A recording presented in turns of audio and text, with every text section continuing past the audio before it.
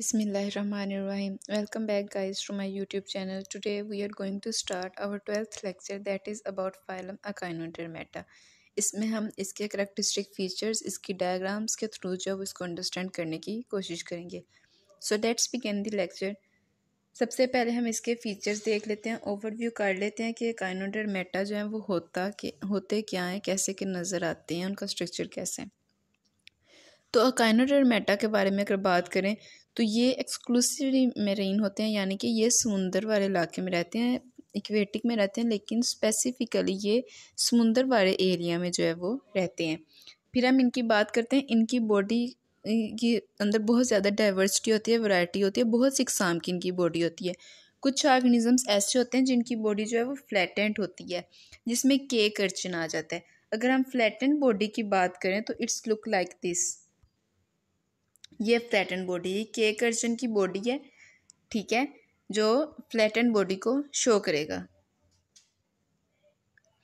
इसके बाद हम बात करते हैं, कुछ के पास जो है वो स्टार शेप जो होते हैं, कुछ स्ट्रक्चर्स होते हैं जिनकी जो है वो शॉर्ट आर्म्स होती हैं, ठीक है, स्टार की तरह की शेप होती है, लेकिन जो साइड आर्म्स होती हैं वो बहुत ज़्यादा छोटी होती हैं, शॉर्ट होते हैं, जिसमें स्टार फिश या सी स्टार जो है वो आ जाता है. अगर हम यहाँ पे बात करें, this is the star fish जो कि शो करेगी शॉर्ट आर्म्स को. फिर हम बात करते हैं, कुछ जो होती हैं वो ग्लोबुलर होती हैं, जिनका स्ट्रक्चर जो है वो गोल होता है, जिसमें सी अर्चिन्स आ जाती हैं. और कुछ स्टार शेप्ड ऐसी होती हैं जिनमें लॉन्ग आर्म्स आते हैं, जिसमें ब्रिटल स्टार आ जाता है. तो ग्लोबुलर स्ट्रक्चर की अगर हम बात करें तो sea urchins, this is the structure of sea urchins, जो कि राउंडेड बॉडी ग्लोबुलर स्ट्रक्चर जो है वो शो करती है. अगर हम उनकी बात करें जो स्टार शेप्ड है लेकिन लॉन्ग ब्रांच होते हैं, लॉन्ग उनकी आर्म्स होती हैं, इसमें बात करें तो ब्रिटल स्टार आ जाते हैं. स्टारफिश और ब्रिटल स्टार में यही डिफरेंस है कि स्टारफिश की जो आर्म्स होती हैं वो छोटी होती हैं और ब्रिटल स्टार की जो आर्म्स होती हैं वो बड़ी होती हैं. नेक्स्ट बात करें, कुछ जो होते हैं वो इलोंगेटेड होते हैं, यानी कि उनकी बॉडी जो है वो लंबी होती है. इलोंगेटेड की अगर हम बात करें तो ये सी कम्बर जो है इसकी बॉडी आ जाती है, जो लॉन्गिट्यूडनल साइड पे जो है वो ज़्यादा है. This is the structure representation of echinoderms, जिसमें हम इसको देखेंगे कि ये नज़र कैसे आते हैं. तो ये कुछ डायग्राम्स हैं जिसके थ्रू हम इसको अंडरस्टैंड करते हैं. अब हम बात करते हैं इसके जनरल करेक्टरिस्टिक की.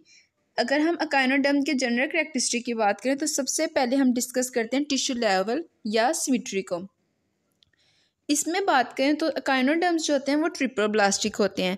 ट्रिप्लोब्लास्टिक का मतलब ये है कि इनकी बॉडी जो है वो 3 लेयर से मिलकर बनी है. हम पहले भी बहुत दफ़ा डिस्कस कर चुके हैं, 3 जर्म्स लेयर से मिलकर बनी होती है, इसमें एपिडर्म, मेसोडर्म या एंडोडर्म जो है वो आ जाता है. और इनकी बॉडी जो है वो ड्यूटेरोस्टोम होती है. सीलोमेट्स वो होते हैं जिनकी बॉडी में सिलोम होती है, बॉडी कैविटी होती है, ट्रू बॉडी कैविटी होती है, ठीक है. और ड्यूटेरोस्टोम की बात करें तो प्रोटोस्टोम और ड्यूटेरोस्टोम ये सीलोमेट्स की टाइप है. बहुत जल्द आपको इस पर भी लेक्चर मिल जाएगा, लेकिन अभी सिर्फ आपके कोर्स में इनका नेम है. तो आपने याद रखना है कि ये ड्यूटेरोस्टोम है. सीलोमेट्स की जो सेकंड टाइप है ड्यूटेरोस्टोम, ये उसको जो है ये फॉलो करता है. फिर हम बात करते हैं इनकी सिमेट्री की. अगर हम इनकी सिमेट्री की बात करें, जो लार्वा है वो बायलेटरल सिमेट्री जो है वो शो करता है. बायलेटरल का मतलब ये कि बॉडी सिर्फ एक जो प्लेन है उस पर जो है वो हाफ्स में डिवाइड होती है, मिरर इमेज जो है वो बनाती है. लेकिन अडल्ट की बात करें तो अडल्ट जो है वो रेडियल सिमेट्री बना देते हैं, यानी कि जिस साइड पे मर्जी रख के उन्हें उनकी बॉडी को डिवाइड करें, उनकी बॉडी इक्वल जो है वो हाफ्स में डिवाइड होती है और मिरर इमेज जो है वो बनाती है. रेडियल सिमेट्री में बात करें तो इनकी बॉडी जो है वो 5 या मल्टीपल ऑफ 5 में जो है वो डिवाइड होती है ओरल बोलर एक्सिस से, ठीक है. ये माउथ और बैक की बात होती है. और आपने एक बात याद रखनी है कि रेडियल सिमेट्री में ये हमेशा जो इनकी आर्म्स के नंबर हैं वो 5 या मल्टीपल ऑफ 5. मल्टीपल ऑफ 5 का मतलब ये होता है 5, 10, 15 up to so on. This is all about the tissue level and symmetry. Next हम बात करते हैं स्केलेटन की. स्केलेटन की बात करते हैं तो इनकी बॉडी पे कैल्केरियस यानी कि कैल्शियम कार्बोनेट्स का जो होता है वो एंडोस्केलेटन होते हैं, इनकी बॉडी के अंदर होते हैं. कल हमने आर्थ्रोपोड्स का स्ट्रक्चर देखा था। आर्थ्रोपोड में बात करें तो उसका मतलब ये होता है कि उनकी बॉडी में एक्सोस्केलेटन था, बॉडी के बाहर था। इनमें एंडोस्केलेटन होता है, इट्स मीन दैट कि इनकी बॉडी के अंदर जो है वो स्केलेटन मौजूद है। और इसमें बहुत सी प्लेट्स होते हैं जिनको ओसिकल्स का जो है वो नेम दिया जाता है।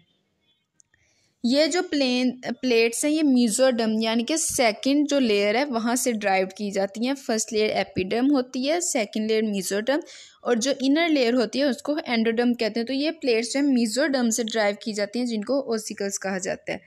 और स्किन से ये इमर्ज होती हैं और स्पाइंस बनाती हैं, स्किन पे स्पाइंस बनाती हैं। ठीक है, ये आपने स्ट्रक्चर इनका याद रखना है।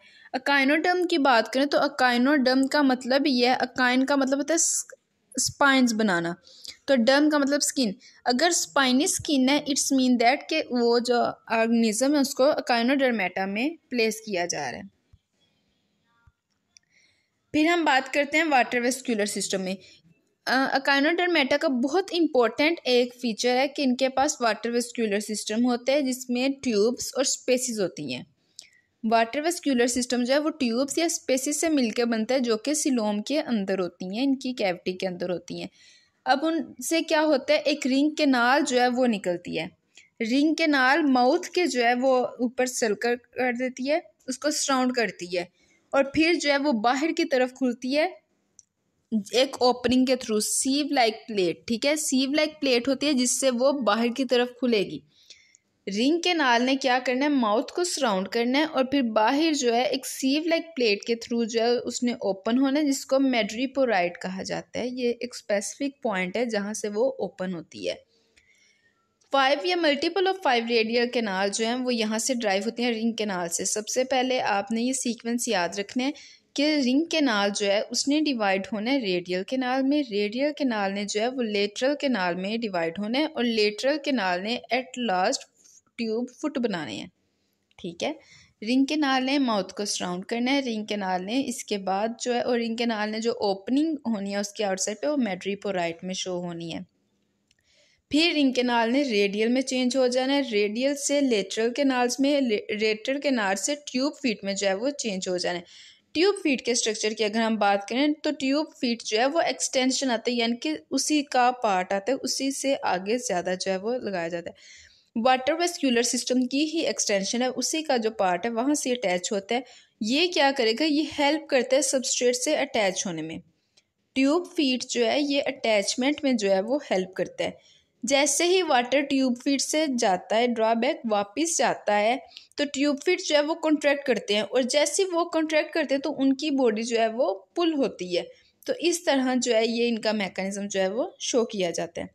डाइजेस्टिव सिस्टम की अगर हम बात करें तो इनकी body tube like digestive system को फॉलो करती है, यानी कि माउथ और एनस दो ओपनिंग होती हैं। ठीक है, एंट्रिंग और जहाँ से रिलीज होना है या वेस्ट मटेरियल, वो दोनों ओपनिंग्स जो हैं वो अलग होंगी।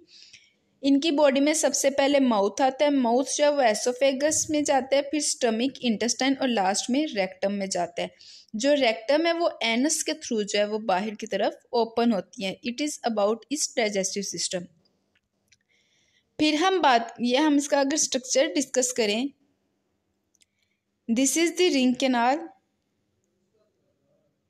ये जो सेंटर में इसके माउथ को जो है वो सराउंड करेगी वो रिंग कैनाल होगी। रिंग कैनाल से निकलती है रेडियल कैनाल, रेडियल से आपको पता है फिर लेटरल कैनाल, और फिर जो है वो ट्यूब फीट बनते हैं। ट्यूब फीट ये लास्ट पे ये जो है ये ट्यूब फीट है। ठीक है, मैट्रीपोराइट शो किया गया। मैट्रीपोराइट वो ओपनिंग है जिसके थ्रू जो है सीव लाइक प्लेट होती है जो कि रिंग कैनाल जो है बाहर ओपन होती है। स्पाइंस शो किए गए हैं क्योंकि स्पाइंस जो है वो इनका बेसिक कैरेक्टर है। अकाइनोडर्मेटा का मतलब ही स्पाइनी बॉडी होती है। स्टमक दिखाया गया, एनस दिखाया गया, सेंट्रल डिस्क दिखाई गई जहाँ पे जो है वो इनका कंट्रोल सिस्टम होता है या जो ब्रेन लाइक जो है जो एक्ट करेगी। डाइजेस्टिव ग्लैंड दिखाए गए हैं। अब हम इनके नेक्स्ट फीचर की बात करते हैं, respiratory, excretory and nervous system. अगर हम बात करते हैं रिस्पायरेटरी सिस्टम की तो इनकी बॉडी के अंदर कोई भी स्पेशलाइज्ड ऑर्गन नहीं रिस्पायरेशन के लिए। ठीक है, स्पेशलाइज्ड ऑर्गन कोई भी नहीं है। वैसे गिल्स प्रेजेंट हो सकते हैं लेकिन एक स्पेशलाइजेशन जो होती है वो नहीं है, और ना ही एक्सक्रीशन के लिए कोई प्रॉपर सिस्टम है। अगर हम नर्वस सिस्टम की बात करें तो वो भी बहुत पुअर डेवलप्ड स्ट्रक्चर है, वो भी इतना ज़्यादा डेवलप नहीं है। इनका जो नर्वस सिस्टम है वो नर्व नेट और नर्व रिंग पे जो है वो कंसिस्ट होता है, या रेडियल नर्व में। रेडियल नर्व जो है वो भी 5 या 5 का मल्टीपल ही होंगी। सेंसरी रिसेप्टर्स की बात करते हैं तो सेंसरी रिसेप्टर इनकी पूरी बॉडी पे जो है वो प्रेजेंट होते हैं, और ट्यूब फीट पे भी सेंसरी रिसेप्टर्स जो हैं वो प्रेजेंट होते हैं। This is about it's nervous system. अब हम इसके लास्ट पॉइंट को डिस्कस कर लेते हैं, दैट इज रिप्रोडक्शन। रिप्रोडक्शन की बात करें तो अकाइनोडर्म के पास एक एबिलिटी होती है कि वो एसेक्सुअली जो है वो रिप्रोड्यूस कर सकते हैं। एसेक्सुअली की बात करें तो उनकी बॉडी क्या करती है, इक्वल हाफ्स में डिवाइड कर लेती है खुद को, और इक्वल हाफ्स में डिवाइड करने के बाद जो रिमेनिंग पार्ट होता है वो अपना जो मिसिंग पार्ट होता है उसको रीजनरेट कर लेता है। ठीक है, जैसे हम ये पहले फ्रेगमेंटेशन में देख चुके हैं, फियन में देख चुके हैं कि इनकी बॉडी टूट जाती है, जो रिमेनिंग बॉडी पार्ट होता है वो जो मिसिंग पार्ट होता है उसको रीजनरेट कर लेती है, बना लेती है, और 2 इंडिविजुअल्स में जो है बॉडी चेंज हो जाती है। अगर सेक्सुअली की बात करें तो कुछ अकाइनोडर्म्स जो होते हैं वो सेक्सुअली रिप्रोड्यूस करते हैं, लेकिन उनकी बॉडी यूनिसेक्सुअल होती है। यूनिसेक्सुअल का मतलब ये है कि या तो वो मेल होगी या फीमेल होगी। मेल जो है उनके पास टेस्टिस होंगी, जो फीमेल है उनके पास ओवरीज होंगी, और उनकी बॉडी जो है वो अलग होगी मेल से। फिर इनकी एक एबिलिटी की बात करते हैं, रीजनरेशन। अकाइनोडर्म्स के पास ये एबिलिटी है कि वो रीजनरेट कर लेते हैं लॉस्ट बॉडी पार्ट को। अगर उनकी बॉडी पार्ट, उनके बारे में बहुत बात मशहूर है कि अगर उनकी आर्म जो है, एक बाजू जो है वो काट दिया जाए, जो उनकी 5 आर्म्स होती हैं उनको काट दिया जाए, तो उसके पास ये एबिलिटी होती है कि वो उसे रीजनरेट कर लेते हैं। सी स्टार या बीटल स्टार की बात करें तो जैसे ही उनको थ्रेटन, कोई ख़तरा महसूस होता है, या कोई चीज़ जो है वो उनकी आर्म अगर पकड़ ले और उनको थ्रेट फील हो रहा हो, ख़तरा महसूस हो रहा हो, तो वो अपना वो पार्ट जो है वो काट देते हैं। ठीक है, वो पार्ट काट देते हैं और ख़ुद को सेव कर लेते हैं, और बाद में वो जो उन्होंने अपना पार्ट काटा होता है उसको रीजनरेट कर लेते हैं और एक कंप्लीट प्रॉपर ऑर्गेनिज्म में खुद को चेंज कर लेते हैं। This is all about the lecture. Hope you will get it. If you find any question, you can ask me in the comment section. See you in the next video. Take care.